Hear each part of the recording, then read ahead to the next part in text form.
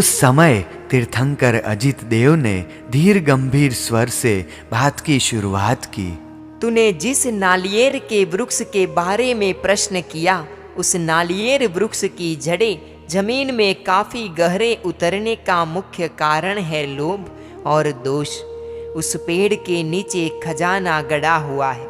उस खजाने में 7 लाख सोना मोहरे है। उस खजाने का उपयोग धर्म कार्य के हेतु होगा। वह खजाना तूने और उस नालियर के जीव ने मिलकर गाड़ा हुआ है। मेरी ताजुब का पार न रहा। मैंने पूछा, प्रभु, मैंने और उस नालियर के जीव ने उस जगह पर कैसे और कब खजाना गाड़ा था? अभी तो मैं मनुष्य जन्म में हूँ, जबकि वह एक इंद्रिय वनस्पति है। ऐसा क्यों? तीर्थंकर भगवान ने कहा, इसी पश्चिम महाविदेह क्षेत्र की बात है। इसी इलाके में अमरपुर नाम का नगर है। उस नगर में अमरदेव नाम का धनाढ्य सेठ रहता था। उसकी पत्नी थी सुंदरी। सुंदरी ने जुड़वा बच्चों को जन्म दिया।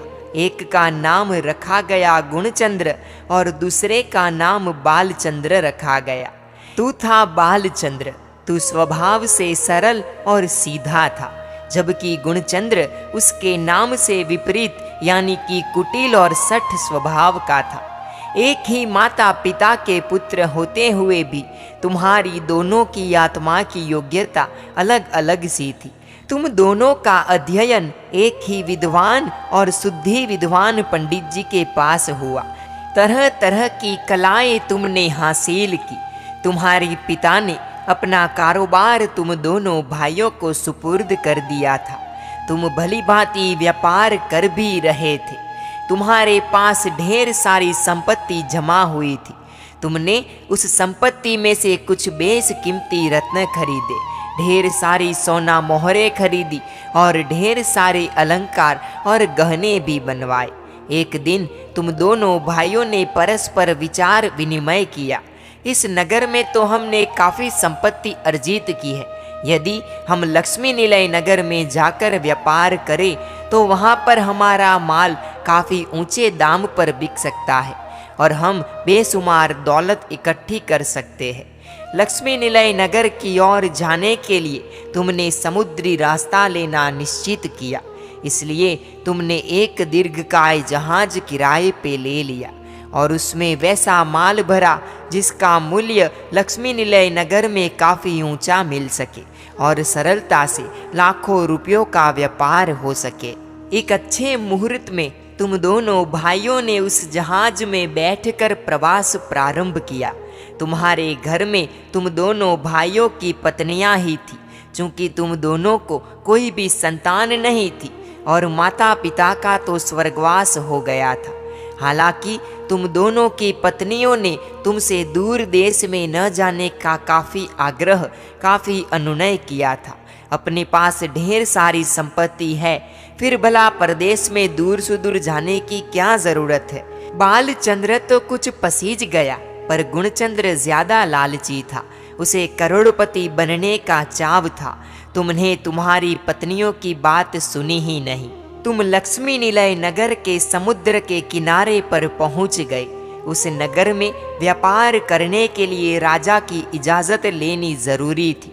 तुम दोनों भाइयों ने स्नान किया, सुंदर वस्त्र पहने, सोने के थाल में कीमती रत्न लिए और राजसभा में तुम पहुंचे।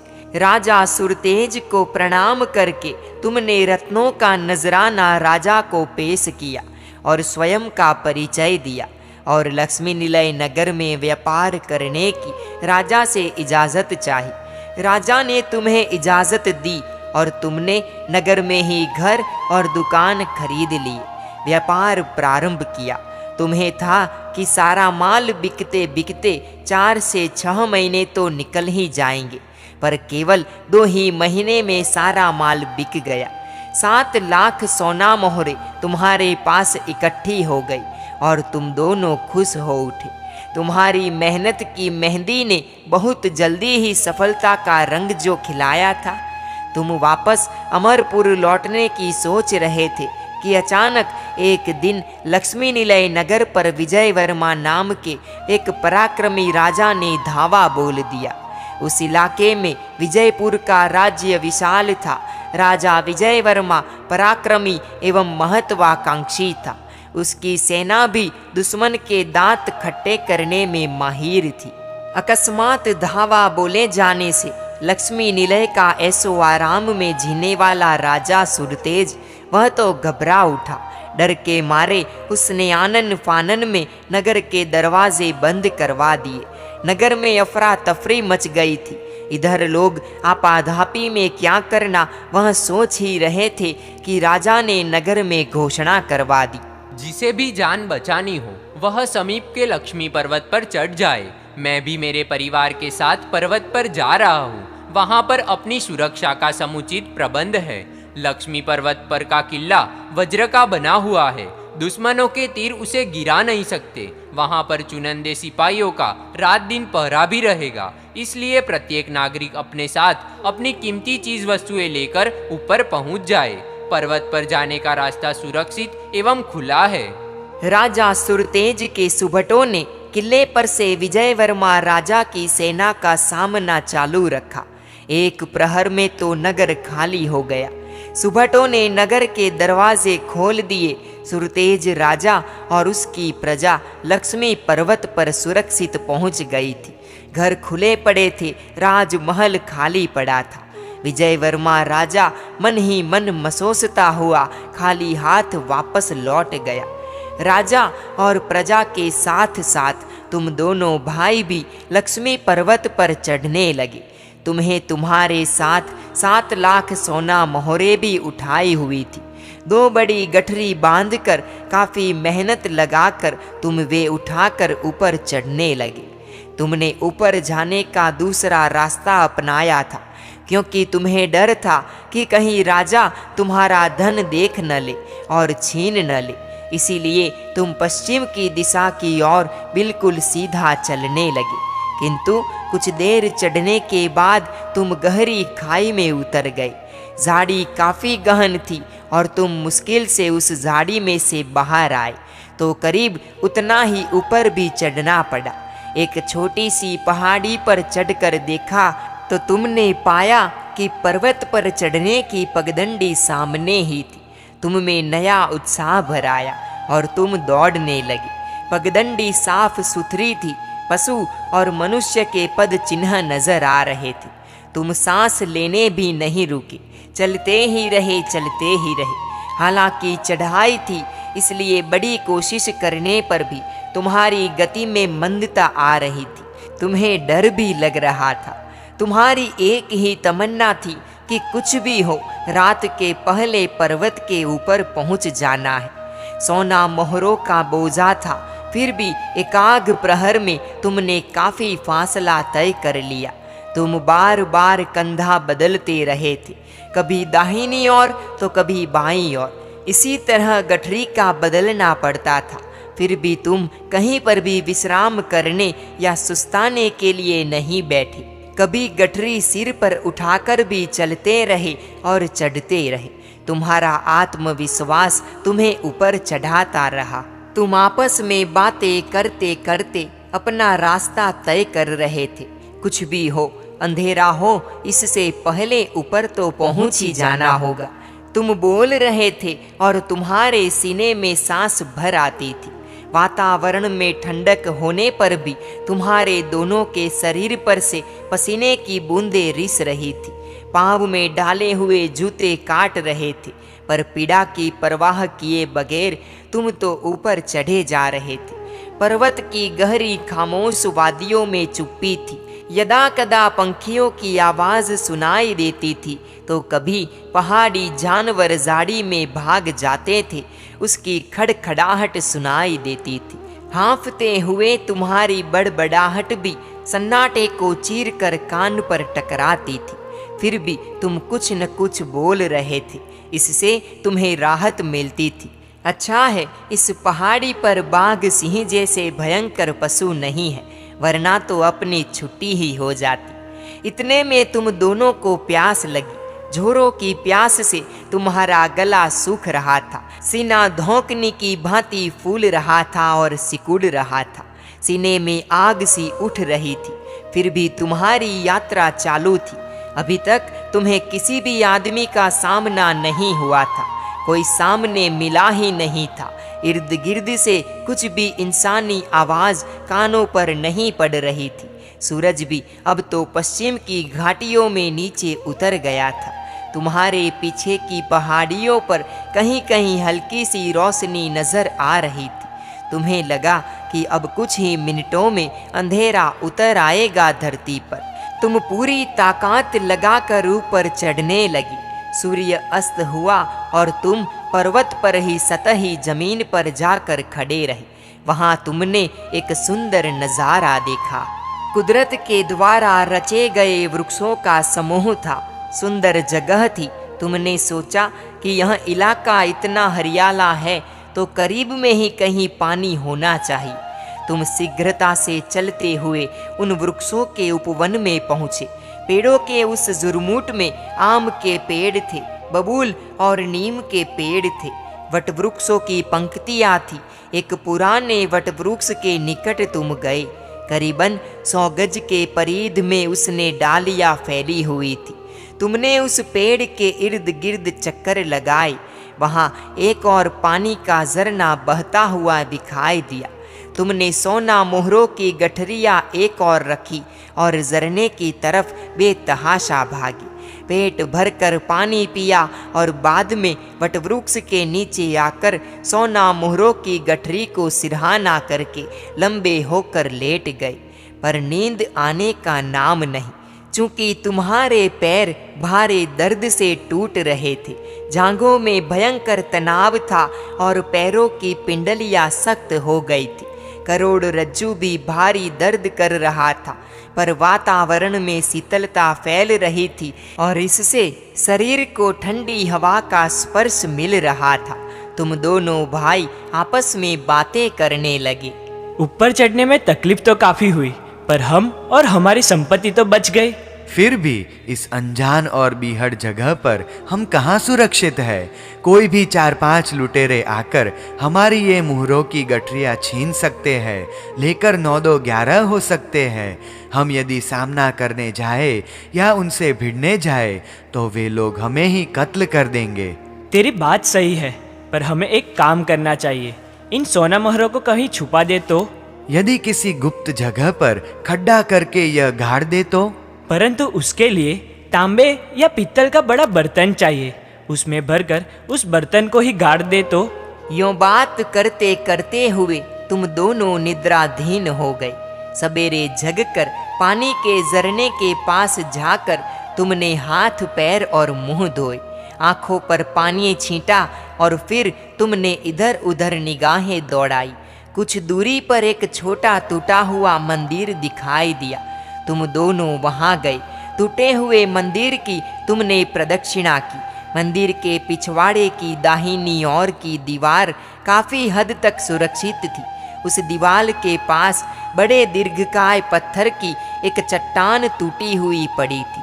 उससे कुछ ही दूरी पर 2 विशाल पत्थर के खंभे पड़े हुए थे और आसपास में एकदम बियाबान था। तूने गुणचंद्र से कहा, हमें यहाँ पर फिलहाल अपनी गठरियाँ छुपा कर रखनी चाहिए, फिर दक्षिण की ओर चले। वहाँ नगर के लोग रहने वाले थे। वहाँ से कोई बर्तन, कलश, पीप या कोठी जैसा कुछ ले आए। उसमें सोना मोहरों भरकर उनका मुंह बंद करके खड्डा खोदकर गाड़ देंगे। तुम दोनों गए दक्षिण दिशा की ओर, पर वहाँ एक भी आदमी नहीं था।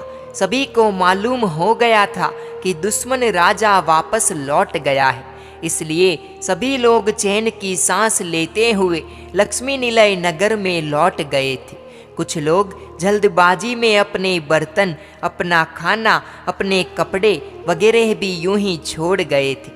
तुम्हें जैसा चाहिए था वैसा बर्तन वहाँ पर तुम्हें प्राप्त हो गया।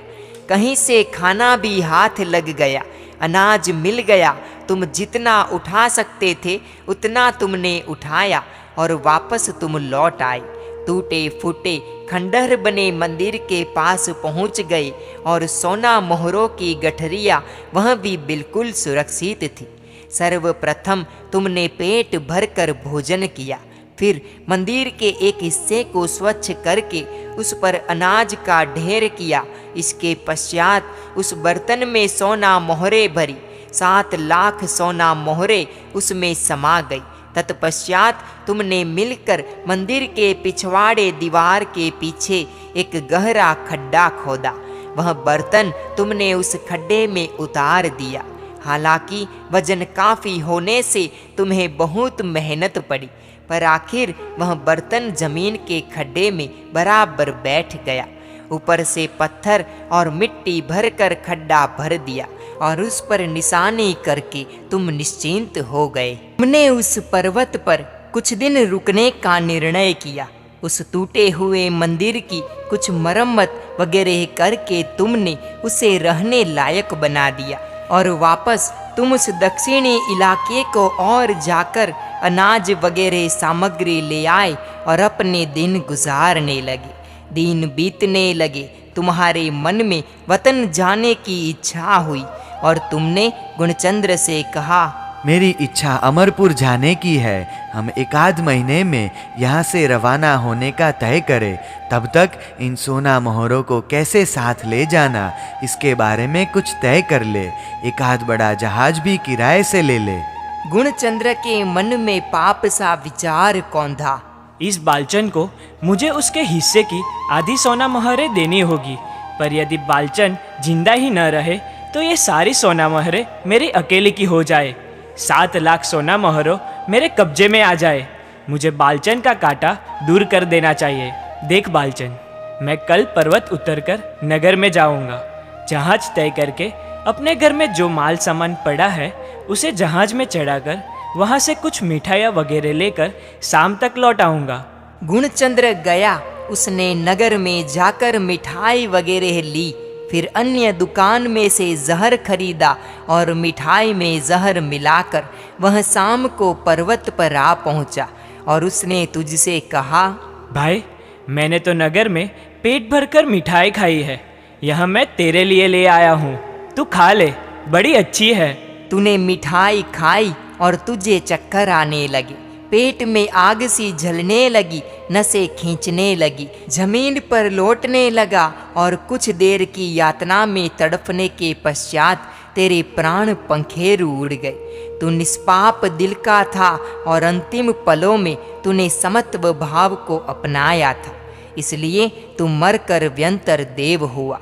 गुणचंद्र ने तेरा मृतदेह घसीट कर एक गहरे खड्डे में डाल दिया और वह बड़ा खुश हो उठा, नाचने लगा। अब 7 लाख सोना मोहरों का मालिक मैं स्वयं अकेला ही होऊंगा। रात में वह मंदिर के एक कोने में सो रहा था। इतने में वहां उसके कान में कुछ गर्म हवा सी छुई। नींद ही नींद में उसने कान पर हाथ रखा, पर उसे महसूस हुआ कि उसकी हनु पर कुछ मुलायम सा छू रहा है। उसने आंखें खोली। आंखें खुलते ही वह चीख पड़ा। उसके चेहरे पर एक और चेहरा छाया हुआ था, भयंकर चेहरा, फुतकार करता हुआ चेहरा। उसकी चीख के साथ वह चेहरा कुछ पीछे हटा और गुणचंद्र ने हड़बड़ाकर खड़े होने की कोशिश की। खड़े होते ही उसका चेहरा भयानक चेहरे के साथ टकराया। वह चेहरा था कातिल नागराज का, खूब मोटा और पूरा 10 फीट लंबा। वह मानो काल सर्प था। उसने अपनी दीर्घ फन फैलाकर ऊपर उठाई और वह गुस्से से पगला उठा था। गुणचंद्र की तो दिद्दी बंद हो गई। वह वहाँ से 1 इंच भी हिल डुल सके वैसी स्थिति में नहीं था। सर्प ने अपनी पूंछ से उसके शरीर को जकड़ा और उसके पैर पर दंश दे दिया। गुणचंद्र से भयानक चीख निकल गई। वह मंदिर के चबूतरे पर से नीचे लुढ़क गया। सर्प तो पल 2 पल में वहाँ से सरक गया था, पर गुणचंद्र वहाँ मर गया। खजाना वहीं रह गया और मरकर वह रत्नप्रभा नरक में उत्पन्न हुआ। विजय सिंह, तेरा देवलोक का आयुष्य पूर्ण हुआ और देवलोक में से तेरा च्यवन हुआ। तू इसी प्रदेश में टंकणपुर नगर में श्रेष्ठी हरिनंदी की पत्नी वसुमती के उदर में अवतरित हुआ। पुत्र जन्म के आनंद से उत्फुल्ल बने हुए श्रेष्ठी ने जन्म का उत्सव मनाया। तेरा नाम देवदत्त रखा गया। तेरा लालन पालन अच्छी तरह से किया गया। बाल्यावस्था और तारुण्य बिताकर तूने जवानी के उपवन में पैर रखा। एक दिन तेरे पिता ने तुझसे कहा, वत्स, लक्ष्मी निलय नगर के निकट लक्ष्मी नामक पर्वत काफी विशाल है, ऊंचा है और पूरा इलाका रमणीय है। उस पर्वत पर लक्ष्मी निवासिनी देवी का मंदिर है। वह देवी हमारे कुल की आराध्य देवी है। वह है भी चमत्कारिक। हमारी तरह और भी हजारों स्त्री पुरुष उस देवी की आराधना उपासना करते हैं। प्रति वर्ष साल के आरंभ के दिनों में वहाँ पर देवी का भव्य महोत्सव होता है। हजारों स्त्री पुरुष उस महोत्सव में सम्मिलित होने के लिए वहाँ जाते हैं, देवी का पूजन करते हैं और अपनी मनोकामनाओं को पूर्ण करते हैं। इस पूरे इलाके की वह अधिष्ठायिका देवी है। वैसे तो हर वर्ष मैं स्वयं उस उत्सव में भाग लेने जाता हूँ, पर इस वर्ष मैं चाहता हूँ कि तू यदि वहाँ जाए तो मुझे बहुत ही खुशी होगी। पहाड़ी पर बिखरा हुआ निसर्ग का सौंदर्य देखकर तू मंत्र मुग्ध हो उठेगा। देवी का पूजन करके, देवी के आशीष ग्रहण करके तुझे लौटना है। हाँ, वहाँ देवों के उत्सव में सैकड़ों दीन अनाथ स्त्री पुरुष भी आते हैं। तू उन्हें उदारता से दान देना। मैं भी प्रतिवर्ष दान देता हूँ वहाँ पर। तूने अविलंब लक्ष्मी पर्वत पर जाने की हामी भर ली। तेरे पिता ने तेरी लंबी यात्रा के लिए तैयारियां की। यात्रा में तेरे साथ आने के लिए अनेक स्वजन और परिजन तैयार हो गए। तेरे पिता ने तेरे साथ शस्त्र सज्ज रक्षकों को भी भेजा। अच्छा दिन देखकर तुमने प्रयाण किया। कुछ दिनों की अथक यात्रा के पश्चात तुम सब लक्ष्मी पर्वत की तलहटी में पहुंच गए। वहां पर 2 दिन विश्राम करके तुम पहाड़ पर चढ़े। देवी लक्ष्मी निवासिनी के दर्शन किए। उत्सव का प्रारंभ हो चुका था। हजारों लोग उत्सव में शामिल हुए थे। तूने विधिवत पूजा की और दीन अनाथ जनों को दान दिया। मंदिर में कुछ दूरी पर तुम्हारा पड़ाव था। तुमने तंबू में पहुंचकर भोजन किया और कुछ देर आराम किया। इतने में तो संध्या ढल गई। तू तंबू के बाहर निकला। पर्वत के पश्चिमी हिस्से की ओर तेरी निगाहें घूमी। सूर्य डूब गया था, किंतु संध्या के रंगों ने क्षितिज को पूरी तरह रंगीन बना दिया था। उन रंगों के साए ऊंचे ऊंचे पेड़ों पर आकर्षक ढंग से छा रहे थे। पर्वत के छोटे बड़े शिखरों की अद्भुत शोभा ने तेरे समग्र चित्त तंत्र को बरबस ही आकृष्ट किया। तूने अपने साथी संगी सभियों से कहा, चलिए हम पश्चिम दिशा के परिसर में परिभ्रमण करके आए। कितना मदमस्त नजारा है। विजय सिंह, तेरे पूर्व जन्म का कपटी और घातक भाई गुणचंद्र मरकर नरक में गया था। नरक की आयु पूर्ण होने पर वह उसी लक्ष्मी पर्वत पर सांप बना था और जिस जगह पर तुमने निधान गाड़ा था उसी जगह पर उसने अड्डा जमाया था। सांप को मालूम नहीं था कि यहाँ पर खजाना गड़ा हुआ है, किंतु विगत जन्म में उस निधान के साथ ममत्व बांधा था ना, उस जगह के साथ भी लगाव था और ममत्व के आसक्ति के संस्कार जाग उठे थे। इसलिए निधान के बारे में अनजान होते हुए भी उस सांप को वह जगह भा गई और वहीं पर उसने डेरा डाल दिया था। उस जगह के साथ भी यह जगह मेरी है, मैं यहाँ पर किसी और को नहीं आने दूंगा, ऐसी तीव्र आसक्ति गाढ़ हुई जा रही थी। तू स्वजन, रक्षक और मित्रों के साथ सैर करता हुआ उस इलाके में पहुँचा। वह स्थान तेरे मन को भी लूभा। आखिर तूने भी तो उसी स्थान पर आसक्ति बांधी थी ना। तूने तेरे स्वजनों से कहा, यह जगह तो कितनी रमणीय है, कितना आह्लादक वातावरण है। ये पेड़, ये झरने, ये वन्य पशुओं का समूह, ये सब कितना अच्छा लगता है। टहलता हुआ तू उस निधान वाली जगह पर पहुंचा। उस सर्प ने तुझे देखा और उसने फैन उठाई, शरीर को सिकुड़ लिया। तू क्या कर रहा है वह देखता रहा। उसने तुझे देखा पर तेरी निगाहें उस पर गिरी ही नहीं। उसे भय लगा कि यह आदमी मेरी जगह ले लेगा तो, और इधर गत जन्म में मृत्यु के समय जो द्वेष और जो नफरत की आग थी वह पुनः प्रज्वलित हो उठी थी। तेरी निगाहें क्षितिज की ओर थी और सांप धीरे से सरकता हुआ तेरे पास आ गया। सांप के सरकने से वहाँ पर पड़े हुए सूखे पत्तों की खड़खड़ाहट ने तेरा ध्यान बरबस खींचा। तूने जमीन की ओर देखा और तू चीख उठा, सांप सांप। किंतु उसी क्षण सांप ने तेरे पैर पर दंश मारा। दंश मारकर वह भागने लगा, पर तेरे रक्षक खुली तलवार के साथ वहां पर धंस आए। एक साथ अनेक तलवार उसके शरीर पर टूट गिरी और उसके टुकड़े टुकड़े हो गए। तू दौड़ा, कुछ दूरी पर जाकर तू जमीन पर ढेर हो गया। तेरे शरीर में जहर फैल रहा था। तेरे स्वजन फूट फूट कर रोने लगे। तेरे जो रक्षक थे उसमें एक रक्षक सांप का जहर उतारने का मंत्र जानता था। वह तेरे समीप में बैठा और गारुड़ी मंत्र जपने लगा, परंतु उसका जप व्यर्थ था। सांप तो मर गया था। यदि सांप जिंदा रहता तो गारुड़ी मंत्र के प्रभाव से उसे वहां आना पड़ता। मांत्रिक उसे जहर वापस चूसने के लिए मजबूर करता और तेरा जहर उतर जाता। तेरे स्वजन, तेरे परिजनों ने वहीं पर तेरा अग्नि संस्कार किया। तू वहां से मरकर कृतंगला नगर में शिवदेव नामक कुलपुत्र की पत्नी यशोधरा की कुक्षी में अवतरित हुआ। तेरा नाम इंद्रदेव रखा गया और सर्प मरकर उसी लक्ष्मी पर्वत पर सिंह के रूप में जन्मा। तू जब युवावस्था में आया तब कृतंगला नगरी के राजा वीरदेव ने तुझे राज्य सेवा में नियुक्त किया। राजा वीरदेव के सभी निजी कार्य तू ही करता था। तेरे पर राजा को पूरा भरोसा था। एक दिन राजा वीरदेव ने तुझसे कहा, इंद्रदेव, तुझे लक्ष्मी निलय नगर में जाना है और वहाँ के राजा मानभंग को मेरा एक संदेश देना है।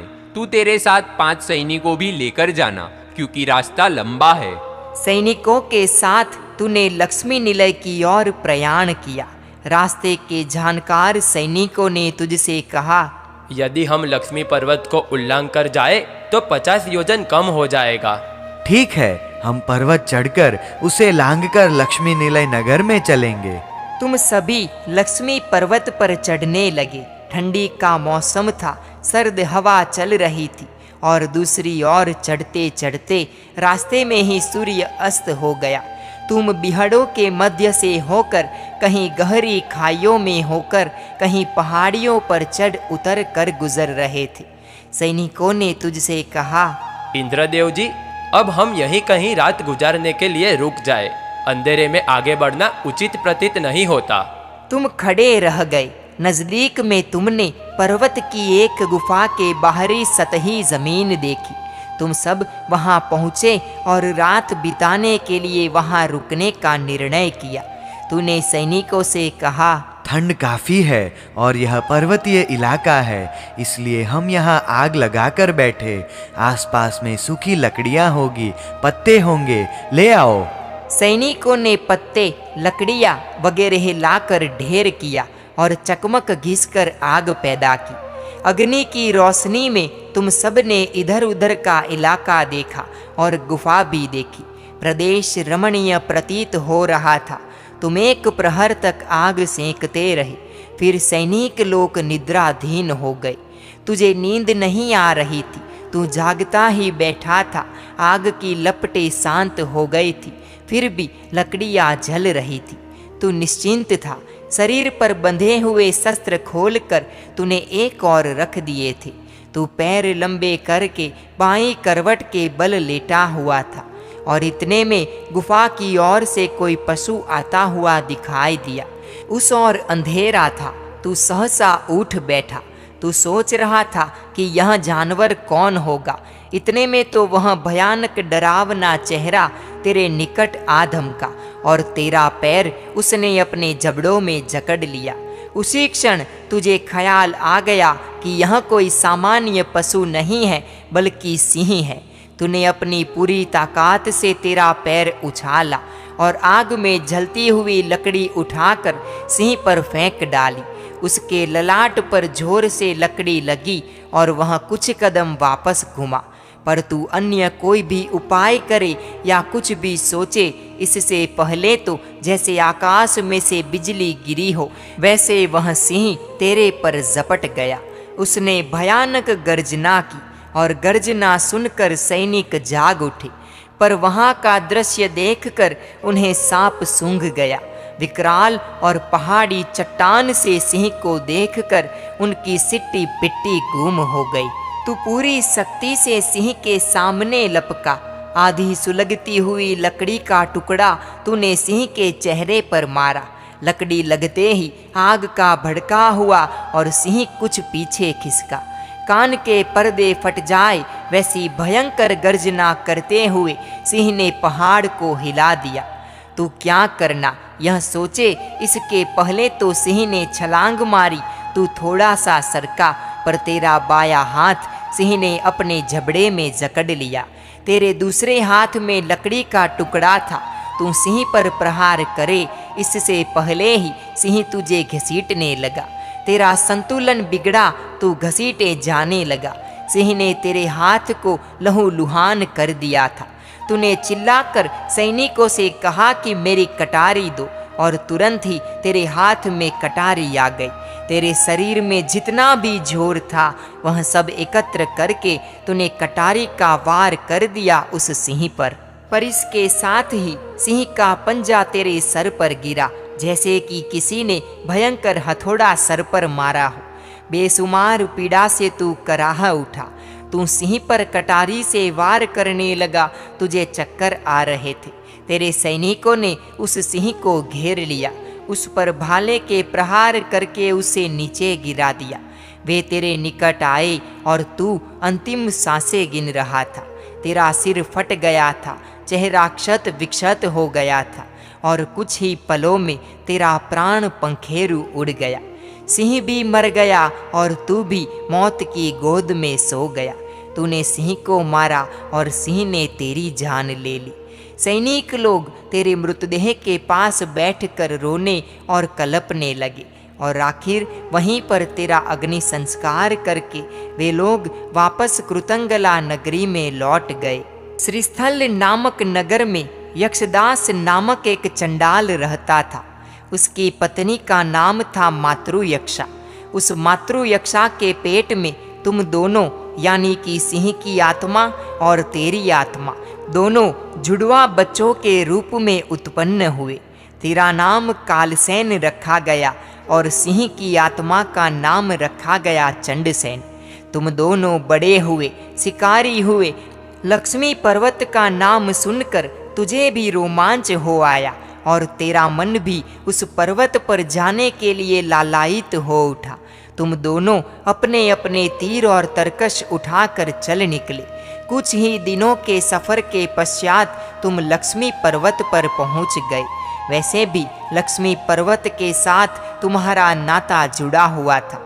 उस पर्वत पर तुम्हारे ही हाथों गड़ा हुआ खजाना भी तुम्हें असंख्य वर्षों से बरबस आकर्षित किए जा रहा था। तुम्हें भूख लगी थी, तुमने एक सुअर का शिकार किया। वह सुअर तुम्हारा तीर खाकर उसी जगह पर गिरा कि जहाँ पर निधान गड़ा हुआ था। तुम भागकर उस जगह पर गए, आग जलाई और उसमें सुअर को पकाकर तुमने भरपेट भोजन किया। भोजन करके तुम उसी जगह पर लेट गए और बातें करने लगे। चंडसेन अपनी छोटी कटारी से बेवजह ही जमीन को कुरेद रहा था, और अचानक उसकी कटारी किसी धातु के बर्तन के साथ टकराई। खड़िंग की ध्वनि हुई और चंडसेन ने देखा तो पाया कि धातु का कोई बड़ा बर्तन है। उसकी छठी इंद्रिय सतेज हो उठी। निश्चिंत ही यह खजाना है, यह बात उसके जहन में उभर आई। उसने कुछ सोचकर वापस उस खड्डे पर मिट्टी डाल दी, और तूने उससे पूछा, वह खड्डे में क्या है? और क्या होगा? पत्थर होगा या तो मिट्टी होगी। नहीं, तू झूठ बोल रहा है, कुछ छुपा रहा है, पर मैंने देख लिया है। क्या देख लिया तूने? बड़ा आया देखने वाला। चंडसेन को गुस्सा आ गया। वह खड़ा हो गया। उसके मन में खजाने का भूत सवार हो चुका था। यह खजाना मेरे अकेले का है। मैं कालसेन को उसमें से हिस्सा नहीं लेने दूंगा, पर वह मांगेगा। अरे इस कटारी से उसकी बोटी बोटी काट कर फेंक दूंगा, वह समझता क्या है। तू तो अभी भी लेटे लेटे ही बात कर रहा था, इतने में तो गुस्से से तमतमाया हुआ चंडसेन तेरे ऊपर टूट गिरा। तेरे कंधे पर, तेरी गर्दन पर कटारी से घाव करता हूँ वैसे हथेली से घाव करने लगा। चंडसेन भारी डिलडोल वाला आदमी था, उसकी ताकत के समक्ष तेरा कुछ भी बस चलने वाला नहीं था। तू पतला पर मजबूत तो था ही। जैसे ही तू खड़ा होने की कोशिश करने लगा, चंडसेन ने एक करारी थप्पड़ तेरे कान पे लगाई। तेरे गले में से पीड़ा की चीख निकली और तू हाथ जोड़कर गिड़गिड़ाया, चंडसेन तू मुझे मत मार, मुझे खजाना नहीं चाहिए। पर वह सुनने को तैयार नहीं था। उसने दोनों हाथों से तेरे सिर को पकड़कर जमीन पर पटका। तुझे चक्कर आ गए, फिर भी तूने उसका सामना किया। उसके दोनों पैरों को बगल में दबाकर झटके दिए। वह औंधा जमीन पर गिरा, परंतु तू खड़ा हो इससे पहले ही चंडसेन फुर्ती से खड़ा हो गया। तेरी गर्दन पर उसका भारी भरकम हाथ उसने लपेटा और दूसरे हाथ से तेरा मुंह दबा दिया। तेरा दम घुटने लगा और छूटने के लिए तू हर चंद कोशिश करने लगा। चंडसेन पर काल चढ़ गया था, उसकी कटारी दूरी पर पड़ी हुई थी। उसने तुझको जमीन पर पटका और भागकर अपनी कटारी उठा ली और फिर पूरी ताकत लगाकर तेरे पर कटारी फेंकी। तेरा शरीर कटारी के वार से कट गया। तेरी मृत्यु हुई और मरकर तू नरक में चला गया। चूंकि तेरे मन में चंडसेन को मारने की तीव्र इच्छा पैदा हो गई थी।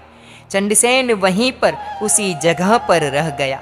जिस जगह पर खजाना था वहीं पर उसने छोटी सी झोपड़ी बनाई और वहीं रहने लगा। डर के मारे वह खजाना बाहर नहीं निकाल सका और इतने में एक दिन वहां पर दूसरा शिकारी आ धमका। उसने चंडसेन से कहा, मैं भी यहीं पर रहूंगा। यह जगह मेरी है, तू यहाँ नहीं रह सकता। उसने चंडसेन को धक्का देते हुए ऊंची स्वर में कहा, जगह कभी किसी के बाप दादा की होती है क्या? जो रहेगा उसकी जगह होगी। चंडसेन ने उसका सामना करने की जरूरत की, पर वह शिकारी उससे कहीं ज्यादा ताकतवर था। उसने तलवार के एक ही वार से चंडसेन का सिर काट कर फेंक दिया। खजाना वहीं का वहीं पड़ा रहा। चंडसेन मरकर नरक का यात्री बना। इस तरह तुम दोनों नरक में पहुंच गए, जहां पर दीर्घ समय तक दुख और पीड़ा के दावानल में तुम्हें झुलसना था और तुम दोनों ही वहां झुलसते रहे।